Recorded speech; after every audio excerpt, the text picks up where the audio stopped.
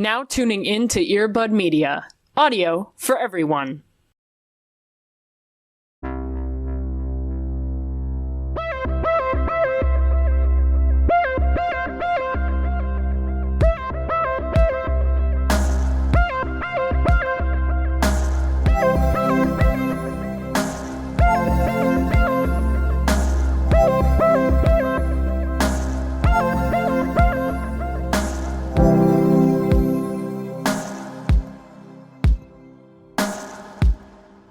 I'm so glad to live in a world and have curated an algorithm where I have not received any content about Coachella. Right. Except people saying, damn, traffic's good this weekend. And I love that about myself. Yeah, and sometimes that's all you need. I don't want anything from Coachella. I don't... No, thank you, actually. Maybe 4 years ago, I could have listened to people talk about festivals Sure. and listened and been like, sure, I love that for you. Yeah.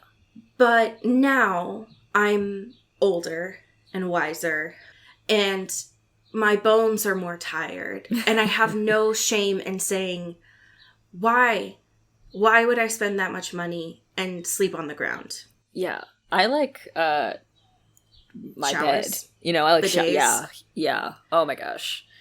Not culturally appropriating anything. Yeah. Safety. Yeah, huge. Yeah. Being able to breathe. Yeah, good. That's good. I love that. Underrated. Neon from afar, not close up. Right. Yes.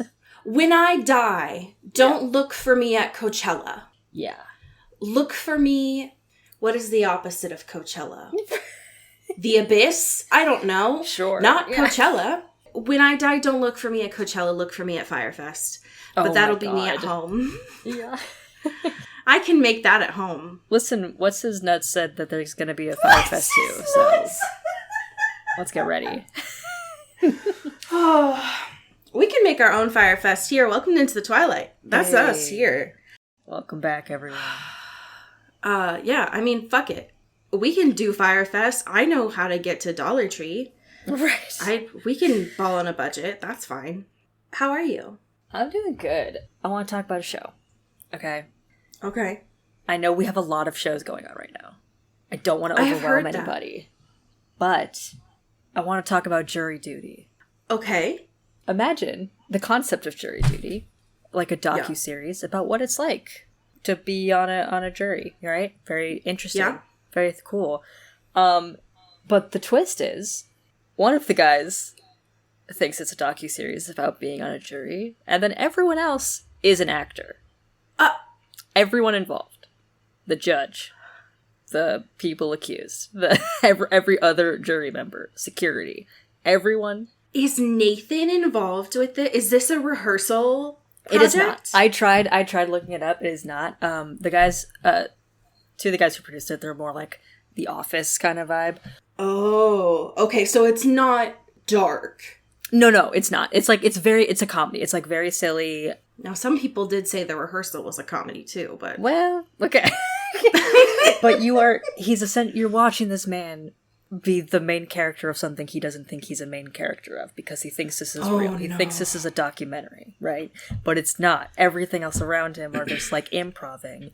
And on that level alone, it's a wild time. It's very fun. Also notable is that James Marsden is there. As one of the guys. And the person doesn't know James Marsden? No, he does, but like not in a way. He's like in a way that's like, he's got one of those faces kind of guys, like celebrities. Oh my god. Which I think is perfect because it like solidifies. It puts all of this on him, right? Of being like, yes, he's an actor, but like obviously all these other people are wacky for different reasons. Like there's like no suspicion. Like it makes a lot of sense. Wait, so is this like that show that was on Netflix about cops? I think it came out last year where they brought in all the celebrities and it was like solve a murder. I never watched, but it's like, it's very like, what if you're watching like a Parks and Rec or an Office type situation? Okay, yeah, so that sounds familiar. Okay, damn. And like are put in like what seems to be a very real situation, but it is not. And also James Marsden is there. And also James Marsden is there, and he's very good, naturally. And the show's great. I highly recommend. It is annoyingly on Freevee, which... What the fuck? Which previously used to be IMDb Plus, or IMDb TV, which is just a free service that is within Amazon Prime that has ads. That's all it is. Okay. All right. You've sold me. Hell yeah. How are you doing, my friend? I'm here. I'm alive. So here's the thing. I was thinking about bringing Love is Blind this week.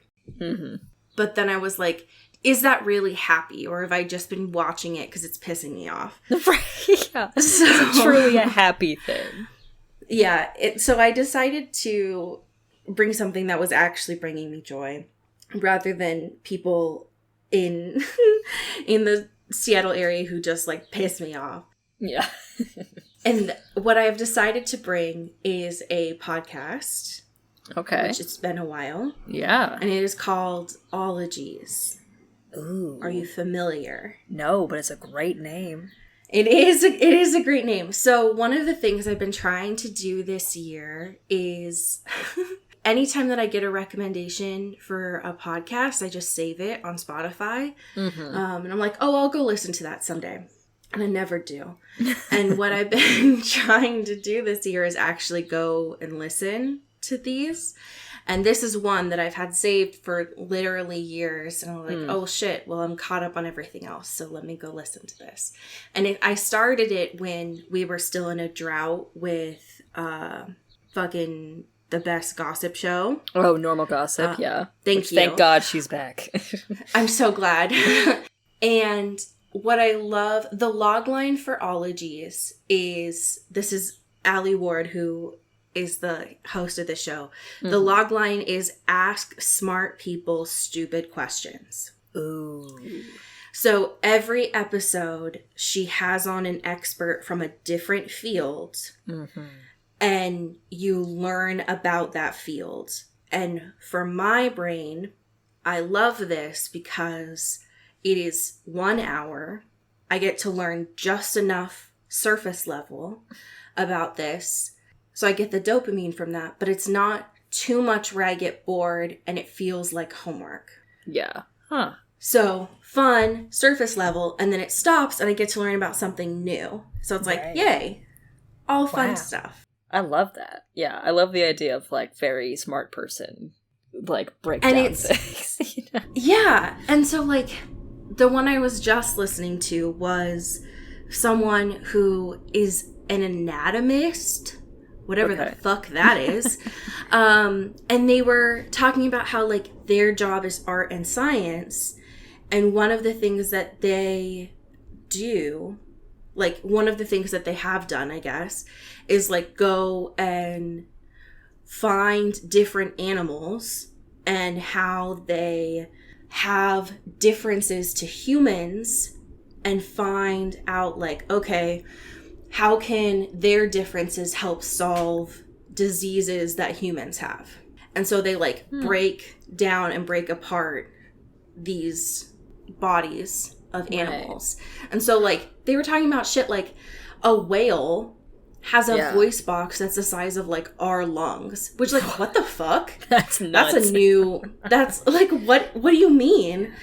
So it's very wild and low stakes. Yeah. But it solves the, I don't know if any of y'all do this, but it solves the like deep dive wiki experiences that I would go through. Yeah. But it's auditory, so now I don't have to stay up late and go on deep dives where wiki is like, give me money. Right. And hurt your eyeballs.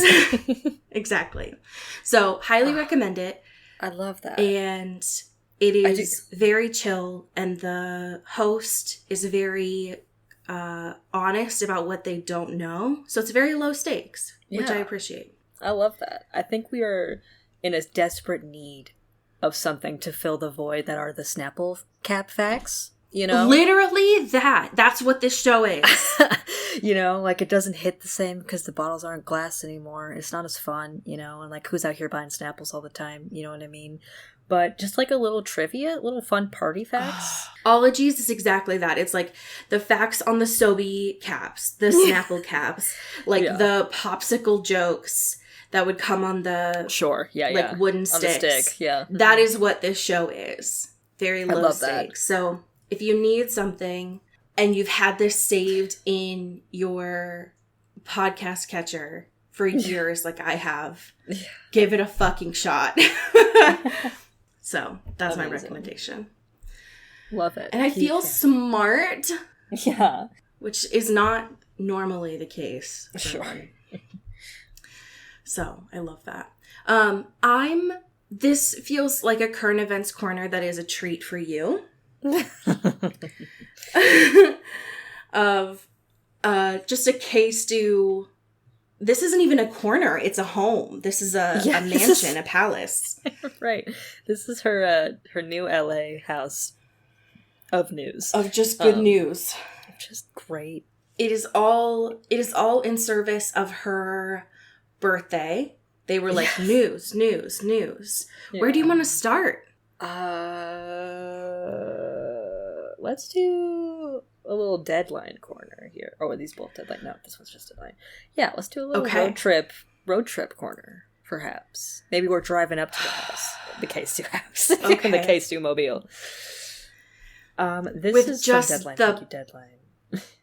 The wildest group of people. Yeah, this is a wild blunt rotation for sure. It was announced last week that K2 will be in a road trip comedy called Sacramento with... I want you to imagine this minivan right now. Yes.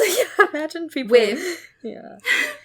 With Bella Swan. Yes. Maya from Pen 15. Right. Scott Pilgrim. Yeah. And fucking the guy from Sky High. Like the Nepo baby who that is. From Sky High. Yeah. Oh my god. They God. kept attributing him to This Is Us, and like I get it because I know who he was. He was Nikki in This Is Us, but it's like respect his roots. He's from Sky High. Respectfully, he's from Sky High. I should be his first villain. Like honor who he's from. Right. He's from Sky High. Yeah. That's the weirdest fucking minivan I've ever felt. Who's responsible for this? John Green. It's John Green. Fuck. I will say the Mr. Sky High is also directing this movie. Whoa. And he co-wrote the script. So maybe he's trying to not be This Is Us / Sky High guy anymore and be this guy. He's a serious man now. Right. Okay, fine. God. And crucially, in this minivan of oddities, Kristen Stewart is married to Michael Cera in this universe. And that's just important for me. That's gender. That's camp. That's this is everything. If we don't get in this movie a photo of their like an older photo of their wedding or one of those like photoshopped engagement photos, then like what was the point of putting these two together, you know? Right. Yeah. It's like I need what is that for my like high school scrapbooks. I'm very excited. Yeah. Because I love the idea that K2 gets to be in a comedy. Thank you for this gift. But what is this? What is this cast? Yeah. I didn't know that I could ask for this. I didn't know this was available to me. Right. I didn't know this was an option, but thank you. Oh, wow. I mean, they're starting to shoot. It says this spring, but like, I don't know how to shock you, deadline. It is spring. Right. Like now? They're doing it now. So now, all I can hope for is on this, I mean, LA to Sacramento, that's what, generously 8 hours? Sure. They get into some hijinks and shenanigans. Love to see that. I will be watching this, though. Yeah. You bet your ass. I'll be seated. I will be here. Oh, wow. Amazing. While we're on film, Sure. do you want to talk about the one that broke? I mean, I'll say for myself, it broke me this week. Yeah. I saw this because you quote retweeted this, and I was not ready for that at that point in the day at like 10 a.m. or whatever. I was just getting literally started. filling up my water bottle and looking at Twitter for like the first time that morning, and I was like, "Hello." Yeah, we were just trying to get our days started, and then this happened. And we got a first look at Love Me, which has K-Stu and our boy, Steven Yeun. And this fucking photo, and like, it's gonna sound like we're being dramatic if you look at the photo, but we're not, I swear to God. Because there's something about this that is perfect, and they're both very such sexy Succession people. Season premiere core. Yes, exactly. Yeah, it's like we're reading a lot into this. However, they're just like laying on a bed, like kind of opposite each other, so like their legs are where the other's heads are and stuff, and like holding hands. And I can't with this particular image. I can't. I cannot. So here's the thing, right? Yeah. Like, having seen this coming off of Succession season premiere. Yeah. And just in media in general, right? Like, characters are usually only placed in the bed like this when things aren't going great. Right. Yeah. Because you're trying to, like, show that juxtaposition and difficulty with them. It's not the, like... what comes to mind for me is it's, like, the opposite of when the, like, before film of Dead Wife, where it's, like, really up close to a woman. Oh, yeah. And she's, like, laughing and pushing this camera away, right? Uh-huh. Like, this... anytime that you see this shot, it's, like, they are at odds and having a difficult time. Yeah. Even if they are, there's like a lot of history between them. And it makes sense, right? Because they have the log line here of like, this is a sci-fi romance of a love story between a satellite and a buoy. And that's very obviously like... what's going on here? Yeah. Right, exactly. Especially given the way that like there's lighting between the two of them. And I am destroyed already. You can't give this in 1 week, both of these. Yeah. We need to pace ourselves, okay? I just need my fucking chaser of that ghost show from her. God, please. It's all I ask for, you know? Give us anything. Yeah, I don't need anything from you else besides this. It's all I care about. Like, I'm getting so many different genres here. Yeah. The only one that I'm not getting is what could theoretically be on... I can't believe I'm going to say this. On Max, which is the ghost show. Yeah. God. Even though Max is on my fucking shit list right now, so... Yeah. After all we did for you guys, we gave you so many free promo. This is an open letter to Max. Suck my dick, because we've spoken your praises so much over the last few years, and all you've done is hurt me. Yeah. You took away the show that you made specifically for me. You launched on my birthday with my favorite director. Like, fuck you, Max. Yeah. I'm upset. We're gonna pivot to freebie, guys. We're gonna be and you're doing it on my birthday. Like, fuck you. Yeah. It's fucked up. It's so... like, I'm honestly upset. So, this is our last piece of really good news for K-Stu. Hell yeah. And it's for her birthday, because we can't talk about Aries season without K-Stu. And we can't talk about K-Stu's birthday without talking about Dylan. Yeah. And the special Instagram posts that come up, like, seasonally. Mm-hmm. I would say. Can you describe K-Stu and also the void in her lap? The void. This photo is very precious to me. It is. She's like giving what is she giving? It's like coming Gossip home Girl from core. the Academy and Gilmore Girls. Yes, it's Gilmore Girls coded for sure. She's wearing like the, typical chain lock necklace that she always wears, and wearing these like beat up Chucks and like white tube socks, the vibe, and got a big old pup in there, and holding just a very nice little champagne. I also want to point out, it's very candid but planned, and I love absolutely. that. I want to also draw your attention to the grocery cart in the back here. I can't help but stare at it. It's taking it. The focus is pulled there, but that I can't stop staring. It's gorgeous, and I want it. Like, I know this is something easily attainable to get, but it's something about it makes it feel magical to me, and I can't understand why. Something about it, especially on those floors, feels a little haunted. Like, it would definitely give a really spoopy creak. And that feels right for these two. This caption is the most important thing. I did not know that Casey was referred to as shrimp. Yeah, that's huge news. Huge news. The idea that these two get dominoes when they're stoned, very important. Yeah. A lot of good lore in here. Yeah. And I love the idea. I just love that the way that this ends of like, happy birthday, dude. Love you. It's very respectable.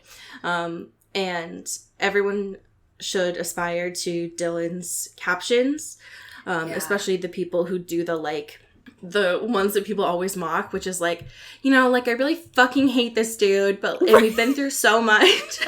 Like, I love you or whatever. Yeah, it's like, we've been through hell and back, and I'm so happy to be still by your side, even though you don't love or respect me. Anyway, see you next year on this post that is your birthday. God, it's too much. But I do love finding those. I read them all, but I hate them. I hate them so much. I am very excited to talk about Vampire Academy with you this week. Oh my god. I'm stressed, dude. I'm stressed. When we left last week, I was very stressed because Rose wasn't doing very well. She was pacing her little prison kennel. She wasn't having a good time, even though Dad, Abe, brought in magazines, and notably, can't forget, Count of Monte Cristo. Mm-hmm. But what I remember at the end is her main source of entertainment, of Lissa, disappeared. She could not tap in to read her mind anymore. Yeah. Which is that's not good. And also not fun anymore. Right. How else is she gonna snoop? Right, exactly. What else is she supposed to do? Right. She's got nothing else except this big ass book. Right, exactly. And that's not fun. Yeah. And Ferrero left it very, ominous of, the bond was gone. Yeah. Bum, bum, bum. And then this next chapter just starts immediately. It's like, well, it wasn't gone. I guess I was being dramatic. It's more like... God damn it, muted. Rose. It's more like a little muted moment. And she kind of likens it to how after Lissa saved Dimitri, there was kind of that, dullness to it. It didn't feel as strong. And that was kind of like a burning out of the connection. Yeah, her battery died. What do you want from her? Right. And, there's just, this blankness feeling there. She gets a sense and a presence of her that, she's alive and she's well, everything's good. But there's something, obstructing the rest of it. This confirms the truth that I know about Rose, is that she texts only in, only in headlines. That she'd be like, I'm dead. And right. Melissa's like, you're not dead because you're texting me. She's like, well, I might be dead. Yeah, you don't know. I might be dead. You don't know me. Okay. So she's probably really good at, like, drafting marketing emails. Yeah. Right. And it's, like, interesting because up until this point, we have seen that, like, this has been, like, a one-way connection, right? So, like, we see that Correct. Rose is able to, like, tune in and out when she wants to and, like, give her privacy and all that, yada yada. But up until this point, Lissa has not been able to, like, stop her from coming in or do the other way around. Correct. So, interesting. Keep this in mind. I think the last time was when Lissa planned with Christian to actually save Dimitri. Like, Right, yes. that was, God, I'm trying to remember the actual timeline of this. Like, a couple weeks ago, I think. Probably. God, that's so nuts. Yeah, because might it was be like wrong, they were but, doing like, in the secret book, it magic. really wasn't that long ago. Right. So Rose should be more suspicious than she is right now, and she's not. Right. And she's like, oh, is something going on that she doesn't want me to hear? Like, is there, like, did they already decide to execute me and, like, I'm out and just wants to protect me from that? It's like, okay, Rose, we have to, like, think here about what this control is happening. Yeah. Yeah, she's, like, getting very uneasy. Which is normal. Like, it's normal to be paranoid and nervous right now. But you would think that her immediate things that she would jump to was like, oh, her and Christian are having sex again. Which is kind of when Lissa did this the last time. Or Lissa is scheming and plotting like she did just a couple weeks ago. Right. But that's not what Rose is doing right now. No, she just keeps, like, ringing the doorbell, being like, this time? Hello? Anyone? Hello? Until she notices that Lissa's asleep because she's able to have access, but because she's, like, asleep, she doesn't have anything in there. So she's like, well, guess I'll try again tomorrow. Just keep knocking on that door. And she's, like, getting ready for the funeral procession, but can tell that there's still something Lissa's hiding from her. And Rose is like, what the fuck? What is she trying to hide? And every time, like, Rose is trying to theoretically, like, grab it, but it's, like, made of smoke. Like, she can't figure it out. Right. So, interesting. Yeah. This fucking funeral. Christian's there. He's in a cute little suit. Liz is there. She's got her, like, very offensive to everyone else velvet dress or whatever. Oh, yeah. With, like, spaghetti straps, which is a horror. Yeah, right. And everyone's like, oh my god, how dare you. There's this, huge coffin that will be planned to be taken out for the ceremony, and there's, like, this route down the line for people to, like, get their peeks at stuff, and all the Moroi and everything.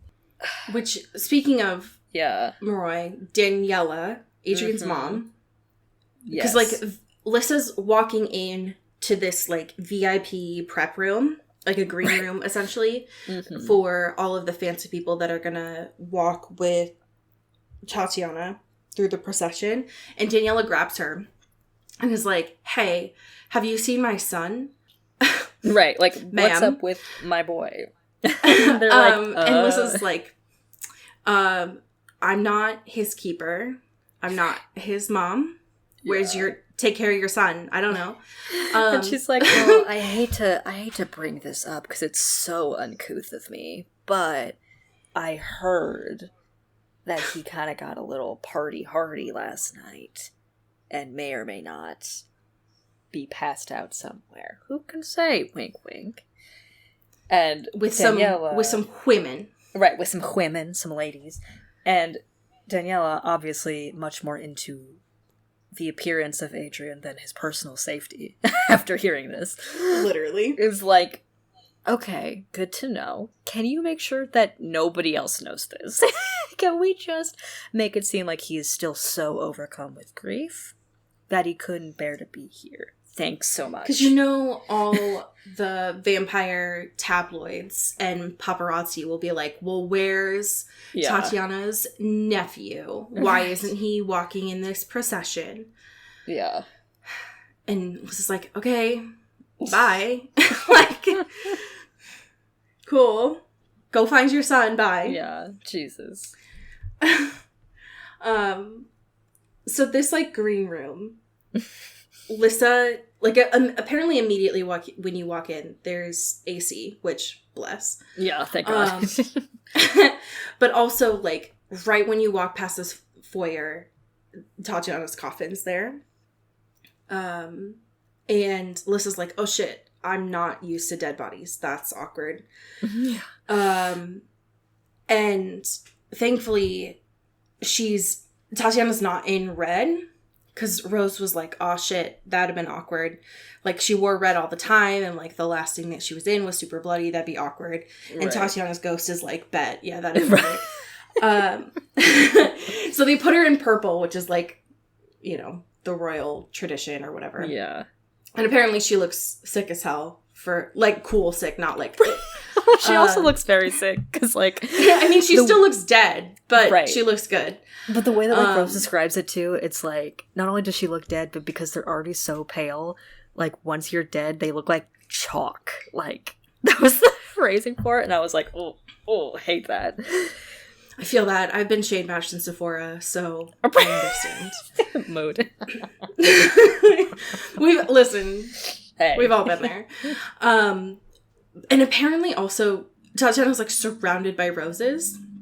So it's just this, like, weird fucking vibe in there. Which, I hate it. I hate all of this. And there's, obviously, like, the pallbearers are there. And they're all Hampiers wearing these, like, formal suits. Because they're court guardians. Except, and this is where I got really sad, Ambrose. Ugh. Ambrose. This is so fucked up. Yeah. This is, like... We're finally getting the Ambrose cut here, because, like, up until this point, Rose was kind of been, like, diminishing him as, like, I don't know what this relationship is, but I don't think I like it, or, like, know what you're up to, kind of thing. But it, seems for all of those conversations, and especially this reaction, that, like, it was a very, intimate and meaningful something, right? Right. And he's just, like, his face is, like, blank and stuff because he's, like, doing a job, but, like, is still, like, mourning this person, and it's like, And also, like, the fact that he was defending her, too, that Rose mentioned, of, like, him being like, well, she knows what she's doing, kind of vibe. Oh, God. It sucks so bad, and I know that, like, traditionally, this is a way of showing respect for the people that you care about. But I think that that's also difficult because the fact that Ambrose he was also serving her. Yeah. So it's like, he doesn't just get to walk behind, like, Lissa and mourn. Right. He is still having to serve her even in her death. Ugh. And that's so fucky. Yeah. It just makes me sad. And I love Ambrose. Yeah. I'm so sorry for him. Especially when the way that this fucking chapter goes. What the fuck? So the only experience that I have with what is happening here of, like, a funeral route is watching it in television. Yeah. Like, watching it on TV. Specifically, like, the one that comes to mind for me is, like, Princess Dies. Yeah, totally. And especially because the fact that, like, with the heat and stuff, too, God. But I was interested because of the fact that we're seeing this through Rose's perspective, through Lissa's eyes. She's seeing all of the crowd and can't help but notice if they're actually there for Tatiana or if they're there for Lissa, which is very, like, Right. It's like, what's going on here? Right. Crowds. And interesting. Notably, as they're like kind of approaching the end of the line here, they are these like big statues, like 2 giant statues on the sides of like the church grounds. They're like big gold gargoyles. Right, but they're like monarchs of legend. So there's like a king and then a queen, and who have helped, the Roy people live their lives and everything. And they're like kind of at a good distance away, but they kind of have this like looming power to them that feels very like, Rose describes it as like they're looking over everything and like judging everything, which is interesting. Yeah. How did you feel about Rose's moment of doom when she remembers about the garden, by the way? Yeah, oh my god, yeah. And she was like, wait a minute, like, I know that garden. Like, I tended to that garden. Like, and I also, again, I cannot stress enough, we are in book 6. Yeah. And there are multiple instances in these 2 chapters where we still get the not flashbacks, of like, or like a recap of what has happened. And it's like, I know what happened with Victor Dashkov. I remember. I got it. Thank you. Yeah, we were there. There's a point later in the next chapter where someone is there and introduced, and it's like, we know who that is. Thank you, though. Thank you for this. So that was funny. But she's like kind of bitterly to herself. It's like, well, at least, they can look at this garden, and I did a pretty good job, and at least made like a lasting mark here if I'm like executed or whatever. Like, that's my handiwork. Christ, Rose. Yeah, she's so dramatic. I love her. It is wild. So they're like getting closer and closer to this cathedral. Mm-hmm. And keep in mind, right, we're in like deep Pennsylvania in the summer. It's like 90 degrees and it's humid as shit, right? And everyone's, at least in the procession, is in black. Assuming the crowd is in black too, right? Because it's a funeral. Mm-hmm. So everyone's sweating. Lissa sweating. Yes. And Rose is like, wait a fucking second. Some of this is why the fuck is she nervous? Right. Because Lissa loves the church. She loves God. What the fuck? Why is she nervous? She loves JC.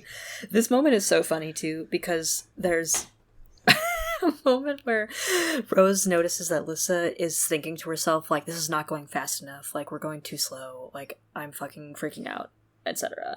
And then Rose is like, what the fuck? This seems like, not fast. Like, let's, like, or no, they're moving too fast. And Rose is like, oh, weird, I think this is going slow as shit, and if I were there, I would just fucking book it with his coffin and just see how that goes, just so we get there. And it's like, Rose, I missed you so much.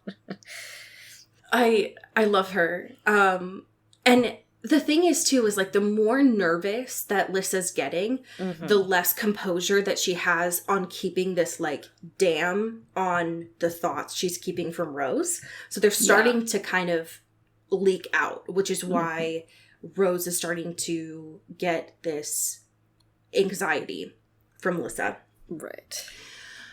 And fuck. So they get even closer to the cathedral now. The priest comes out, and Rose is judgy as shit. She's like, why is the priest in these blinged out, like, bedazzled robes? They're gold. He's iced out. And he's got this huge gold cross on his head. That's so disrespectful. Like, fuck Tatiana. Hate this woman. I'm so glad she's dead. But it's so disrespectful for him to be outshining her clothing. And then she's like, well, maybe it got God's attention. That's what you have to do. Yeah. And then the statues explode. It got God's attention, all right. That's for sure. You know how when you smite, you get smited. Just like girly things of when these huge statues just blow up. Very cool. Do you think, why the fuck am I forgetting his name right now? Midnight Mass you know, the love of my life. Yeah. Read this book and was like, I'm gonna fucking write this down. Yeah, I'm gonna take some notes here. I'm gonna take some notes. Because tell me that's not the most, like, I have issues with religion. Then a priest coming out opens his arms in welcome. And then it looks like he got smited. He got smote. God, he got smote. God, it's so good. Oh my God. So my jaw on the floor. I'm like, what the fuck is going on here? There are, obviously, everyone's in chaos. There's flames. There's, like, smoke, like, peddling out from all these, like, exploded pieces of rock. And it's, like, this whole, like, action movie setting. And Rose is, like, while still being in Lissa's brain, being like, fuck, let me do my guardian. We gotta go. And see, like, we gotta go. Where my people are. Lissa's safe.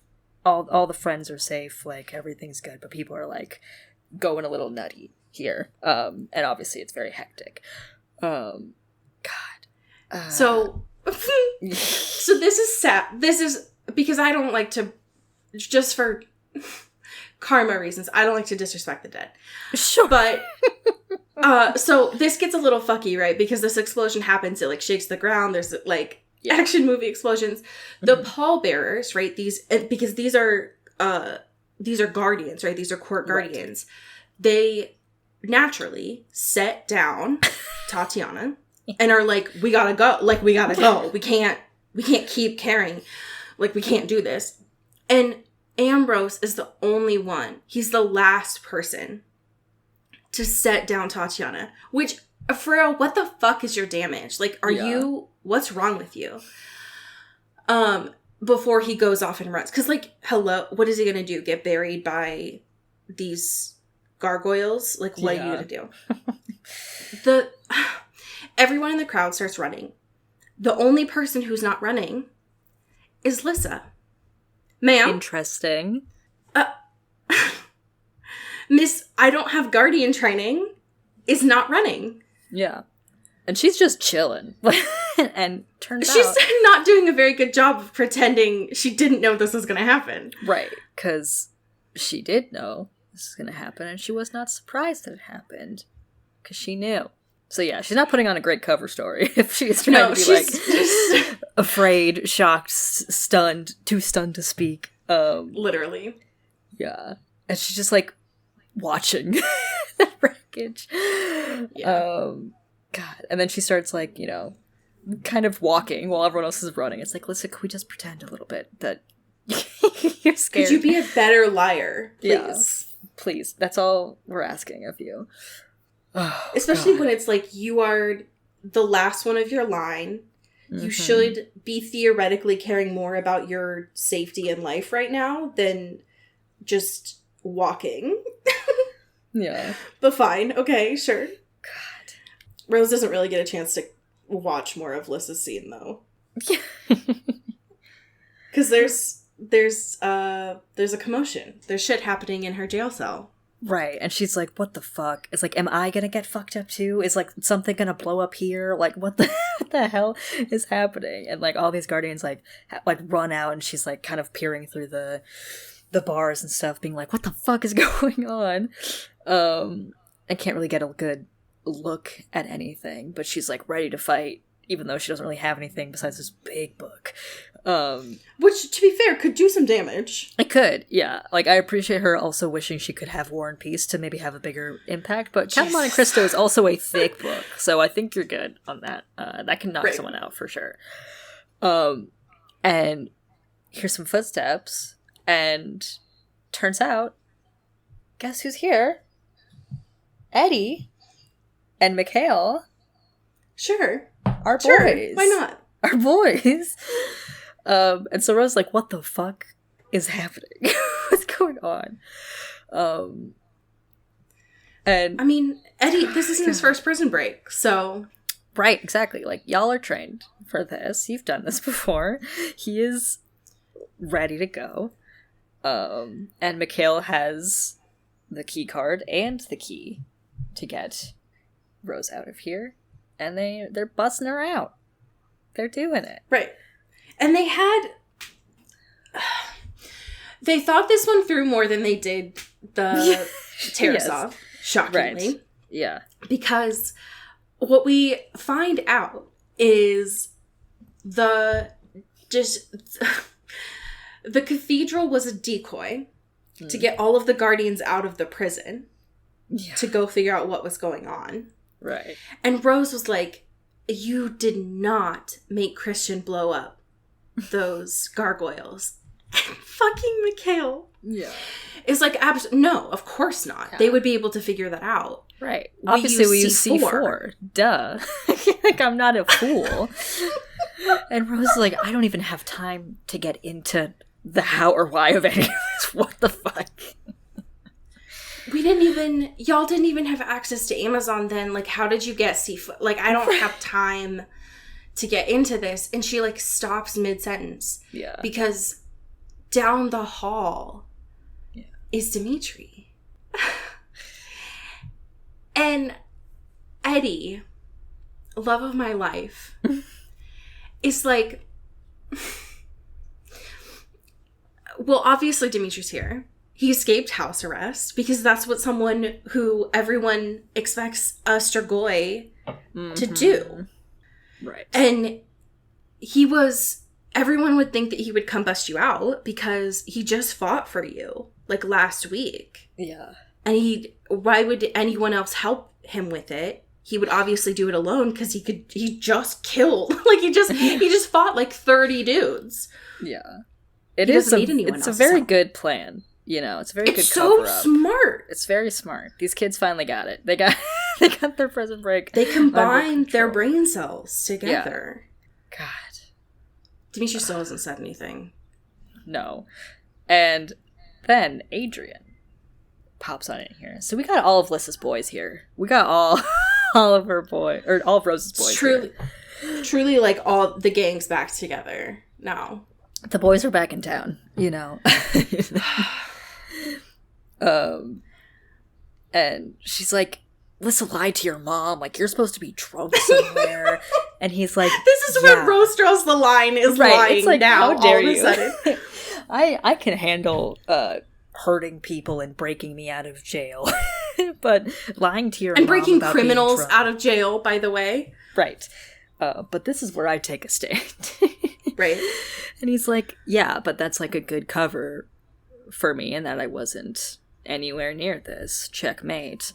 And this Dimitri finally, perks up and is like, we need to get the fuck out of here. I know we're all having fun chit-chatting and stuff, but we gotta go. Yeah, but can we, like, walk and talk? Okay, thanks. Right? Yeah, like, can we do, like, a little bit at once? You know? It is important, though, because Adrian finally, like, they just heard Dimitri say this, but Adrian stops her and is like, so, listen, you need to know something.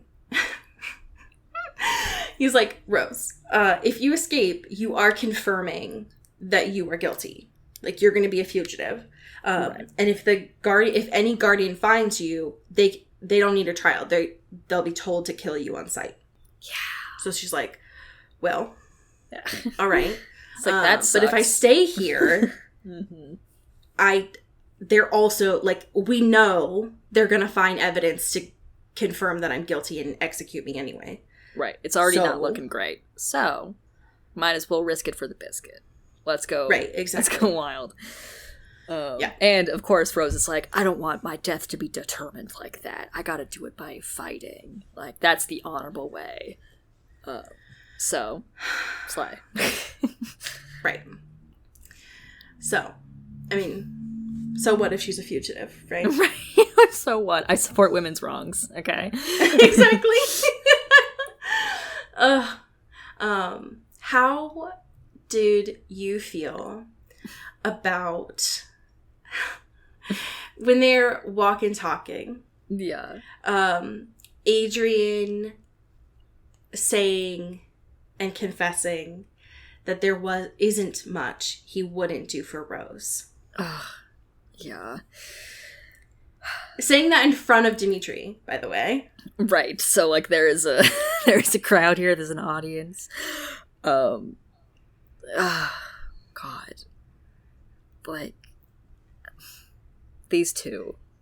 I don't know what to do with these two. Because I love Dimitri so much. But this fucking dude.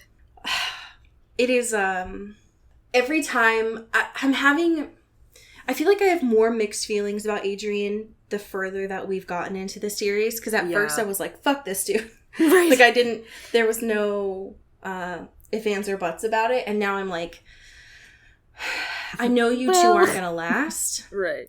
But it sucks because he really cares for her.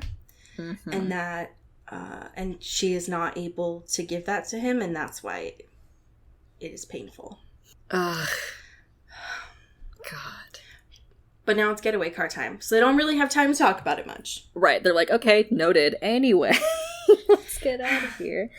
And the whole scene of everything is still very chaotic. They go to this like parking garage essentially, where people are still kind of like running and stuff. And Adrian is working his like compulsion stuff, but only in a way that like they can't be seen if they're not like in the first line of sight, like looking directly at them. So like Rose and Dimitri kind of take the lead, so like the others can be a little bit more in the background and easier to camouflage it a bit.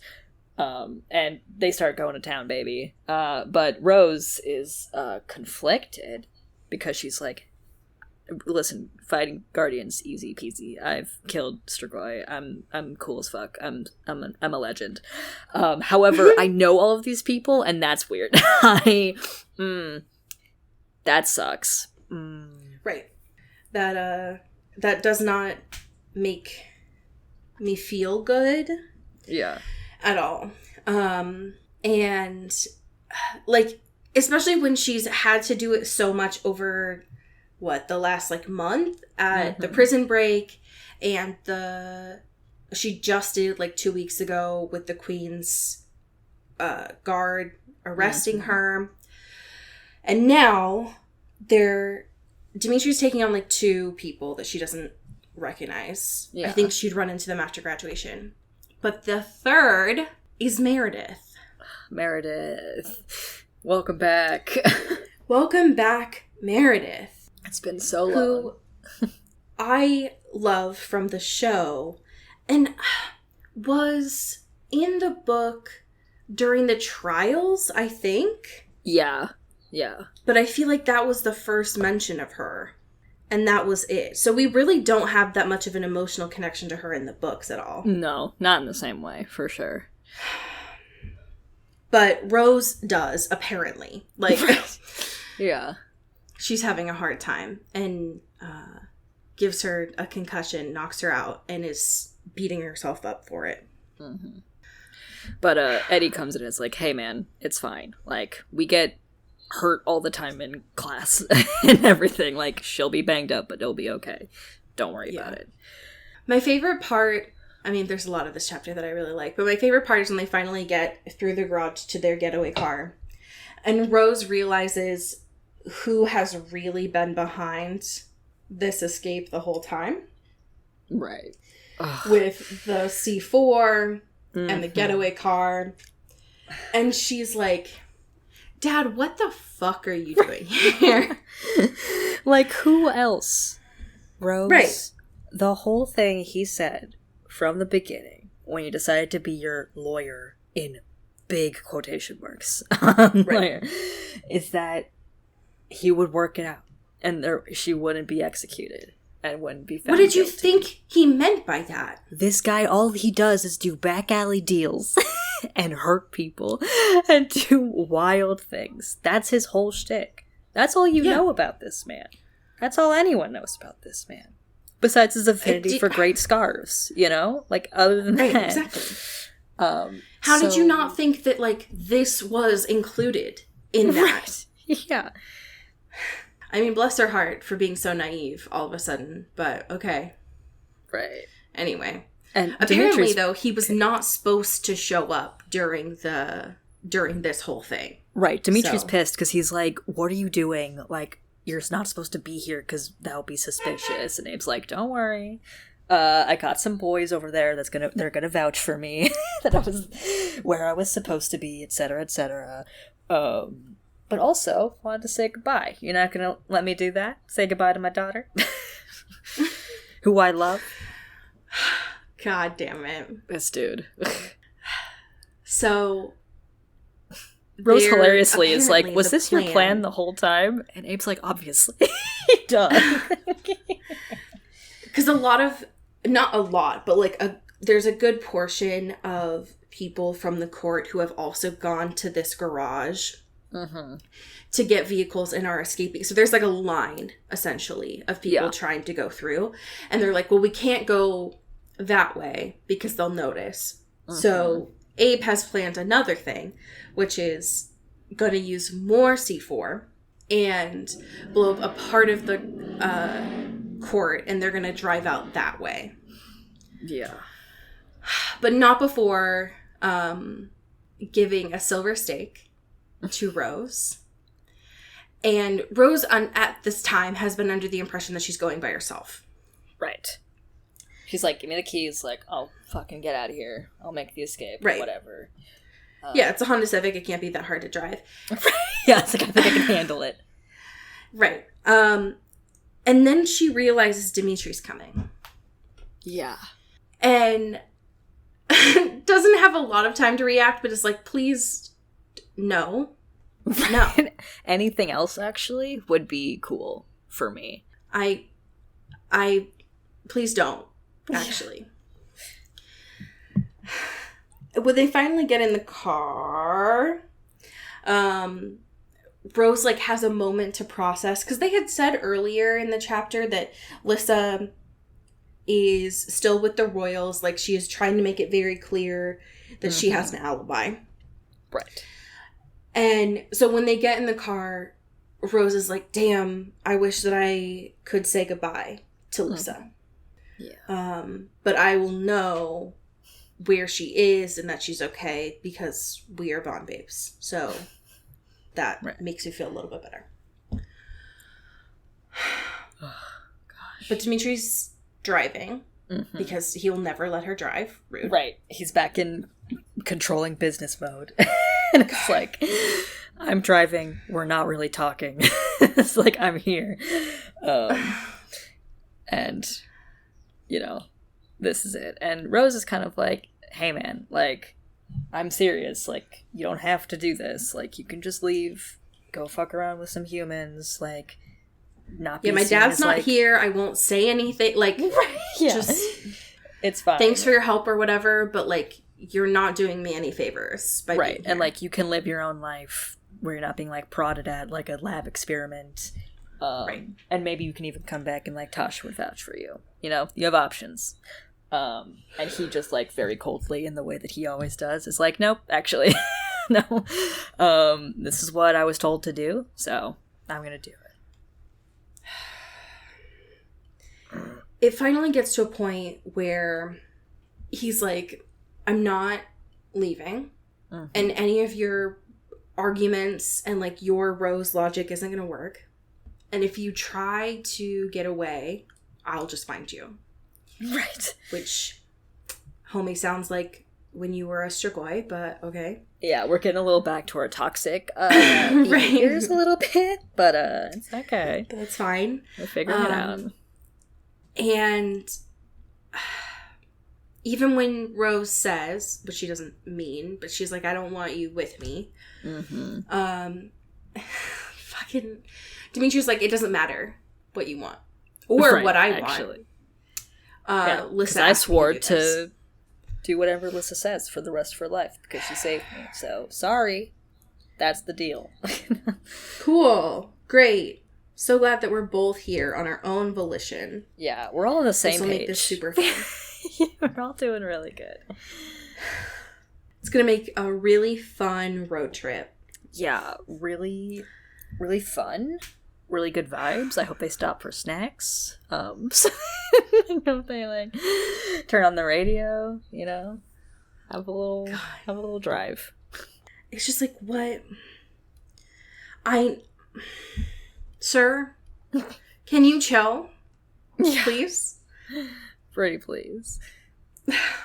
So next week, I'm imagining that this tension is just going to continue. God. And I would say that I'm excited because it's like, yeah, Rose, Dimitri, Carr. But they're so distant that that's not really something to be excited for. No, it's not. And it's silent, too. It's like there's no radio. They got so nothing. It's just awkward. But we'll see. Because now I don't know where this is going to go. But now we have a change of scenery. So that's fun. Yeah, I'm excited. Same. We have some lovely patrons. Do you want to start us off? Absolutely. Thank you to Kylie Minty. Ooh. Thank you to Alex Dornan. Pew, pew, pew, pew. Thank you to Mulch Gray. Ooh, Mulch. Thank you to Jasmine Anastasia. Ow, ow. Thank you to Megan Pattinson. Ooh. Thank you to Cassandra O'Shea. O'Shea. Thank you to Katia Karp. Ooh, thank you to Hope Castile. Ow. Thank you to Rachel Ashford. Ooh, thank you to Maddie Facinelli. Pew, pew. Thank you to Genevieve Morgan. Ooh, thank you to Danielle Burke. Ow. Thank you to my mom, your mom, all of our moms, Kelly Beck. Mom. Pew, pew. Thank you to Sophia Salinger. Ow. Thank you to Laura Forty. Ooh, thank you to Dan Zeklos. Ow. Thank you to Emily Ozera. Ooh, thank you to Jaylene Ivishkov. Pew, pew, pew. And last but certainly not least, thank you to Ashlyn Vogel. Ooh, I have a fanfiction for you. Amazing. It is by the author Crazy's What I Aim For. It is titled Scary Ass Dad. The summary is, here's my take on what happened when Abe and Adrian first met at the trials in Spiritbound. God. And this was published in September of 2010. Okay. Nice. So, just so that you can remember where you were back then. Yeah, really set the scene. There are no chapters in this. Okay.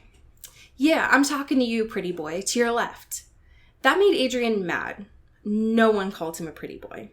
Well, Rose did once, but that was just because she was teasing him, because he took longer to get ready for a date than she did. I'm not a pretty boy. Just because I look better than you doesn't... You must not know who I am, do you, kid? No. Adrian folded his arms in front of his chest. This guy was starting to piss him off. He had his whole cocky attitude that kind of reminded him of Rose, but nowhere near as hot. And you're not really making me want to get to know you, if you know what I mean, he said, turning back to see the novices running through the maze. The rude man snorted. Obviously no, unless you have a death wish or something. Adrian felt his anger rise, higher than he was used to. He hoped he wouldn't be like this when he got old, torturing the younger generation because he was bored and malevolent and jealous at how they didn't have to work to be cool like the guy beside him was. And now it seems like he was checking him out. Great. Okay, you're really bugging me now, so I think I'm gonna leave. Bye. You're gonna hate yourself if you don't go ahead and shut up now. Especially when you ask me who I am, which you should have done a while ago, so you wouldn't seem like such an ass that I'm thinking that you are. Adrian's blood was really boiling. He didn't know when Rose's turn would be coming up, but he did know that when it did, he really didn't want this creeper in his Yuri yapping away with these totally random cryptic remarks. So instead of arguing, he simply turned to him with a sigh. Okay then, who are you? Abe Mazur. Adrian's face instantly paled. End scene. Damn. Adrian and Abe. Let's go. The idea of these two, I remember when we had read it, but the idea of these two talking still is very confusing to me. Yeah, there's like so many, like, it's like that math gif of like trying to understand the confusion. It's like it doesn't add up exactly somehow. The idea of them meeting and talking, because I think for most of that time Janine was there too before she went down to the tent. Sounds so wild. So please explore that if you were interested. Absolutely. There are so many shows to still be enjoying, so take care of yourselves. Yeah. Get your library book. There's still time to catch up. There's still time. Oh yeah. And until next week, as we say here in the Pacific Northwest, get bit. Ooh. Ooh. Into the Twilight is an Earbud Media production. You can follow us on Twitter at Into the Twilight or on TikTok at Into the Twilight Show. You can find me at Cody Corral on Twitter and Allie at Alexandria Does. And you can support us on Patreon at patreon.com/Into the Twilight. We have merch, so much stuff. All those links are in the episode description. And make sure to rate and review us on your favorite podcast hosting platform. It really helps the show. Thanks. Bye. You've been listening to Earbud Media Production. Earbud Media, audio for everyone.